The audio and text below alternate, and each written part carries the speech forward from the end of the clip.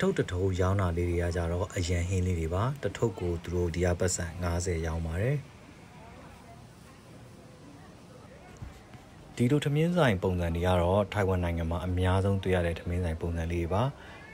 ဒါကြတော့ဒီဟင်းမဲတီးတန်ကြောင်းနဲ့ဆိုင်ဖြစ်တာကြောင့်ပုံမှန်ထမင်းဆိုင်နဲ့တော့အပြင်စင်အနေငယ်လေးကွာပါတယ်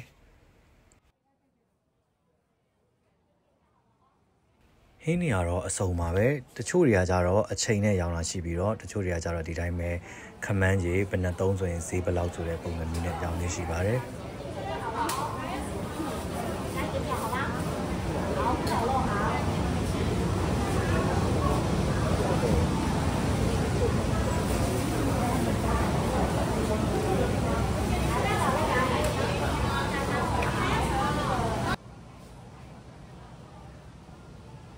ဒီဈေးရဲ့အပေါ်တက်လေးမှာဒီအမျိုးသမီးဝတ်တဲ့အင်ကြီးတွေတော်တော်များများရောင်းတာကိုတွေ့ရပါတယ်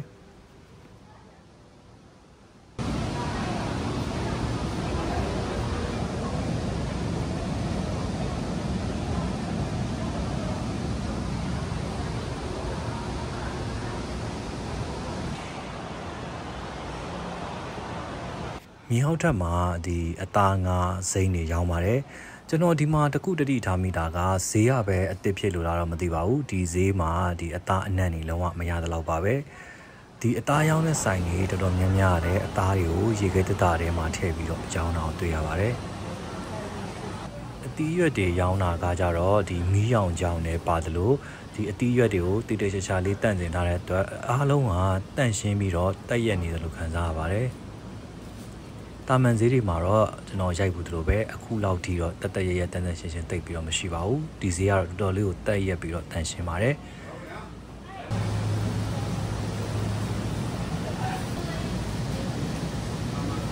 ထိုင်ဝမ်နိုင်ငံကလူတွေကငါးစားရတယ်တော်တော်လေးကိုများပါတယ်ဒါကြောင့်သူတို့ဒီမှာဆိုရင်ပင်လယ်ငါးတွေကမျိုးစုံအရောင်းနေရှိပါတယ်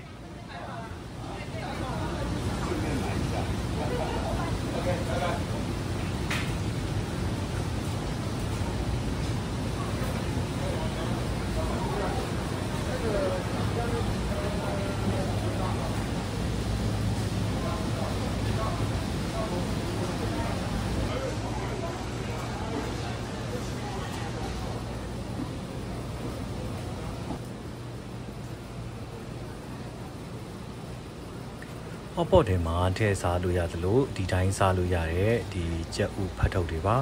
ကိုရှင်းမှာပဲလုပ်ပြီးတော့ရောင်းတာဖြစ်ပါတယ်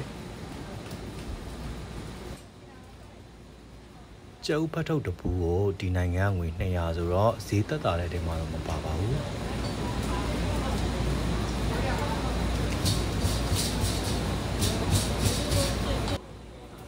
အပြင်ကကြက်ဥပဲကြက်ပြီးတော့အထက်ကအသားတွေမကြက်ပဲနဲ့ဒီတိုင်းပြန်ရောက်တဲ့အခါမှာကျွန်တော်စိတ်ထဲမှာတော့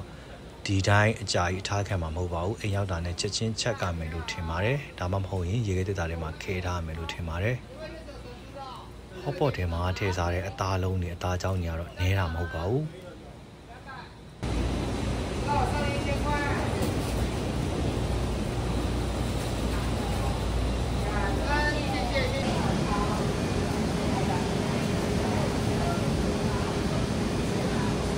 ချက်သားရောင်းတဲ့ဆိုင်မှာတဘောကြတာကဒီချက်သားတွေအောက်မှာကြတော့စကားဖြစ်တဲ့အတွက်အသားတွေရဲ့အရည်တွေအကုန်လုံးက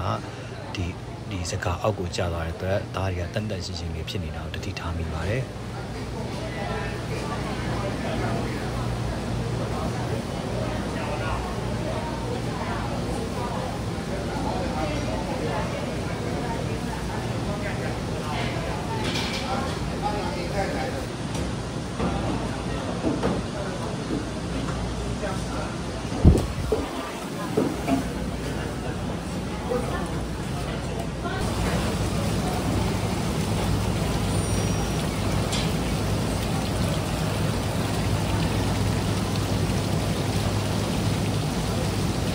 ကနန်းတွေကဒီနိုင်ငံမှာတော်တော်လေးကိုဈေးကြီးပါတယ်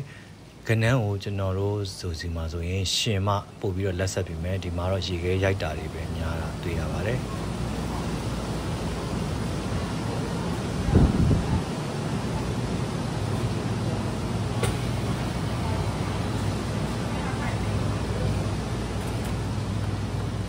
ဒီအစိမ်းရောင်ငါးက စက်တူရင်းငါတို့ထင်ပါတယ်ဒီခေါက် online မှာဖတ်ပူပါတယ်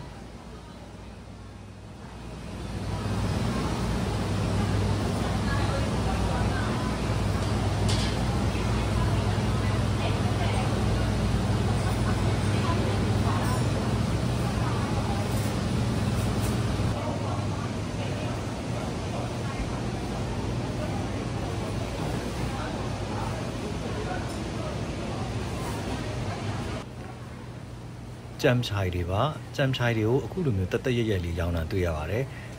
သူတို့ဆေးတွေပိုင်းနဲ့လှုပ်ထားလားဗါလဲတော့မသိပါဘူးဒီအရွက်ချင်းနဲ့အနံ့တွေဒီနားမှာလုံးဝမရပါဘူးတူတူကြကြကျွန်တော်အနီးကပ်ပြီးတော့ဆက်စုကြည့်ပါလေတယ်ဒီချင်းဘက်နဲ့နေပါရတာတိတ်ပြီးတော့မရှိပါဘူး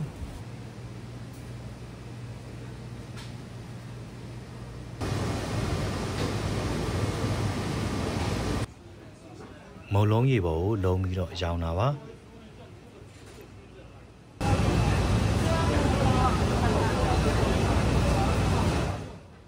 အာလူတွေကအယောင်လေးတွေကလှလှပပလေးရှိတာကြောင့်ကျွန်တော်ဆက်စုပြီးတော့တူတူချာချာလေးရိုက်ခဲ့ပါတယ်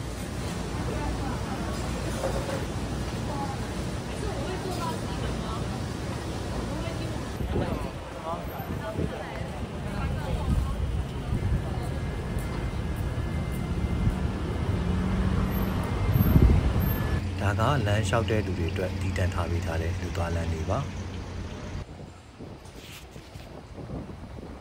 ဒီလမ်းကြားလေးတွေမှာဒီပန်းဆိုင်လေးကိုတွေ့တော့ကျွန်တော်တော်တော်လေးတဘောကြာမိပါတယ်တက်တက်ရဲရဲလေးနဲ့ချစ်ဖို့ကောင်းပါတယ်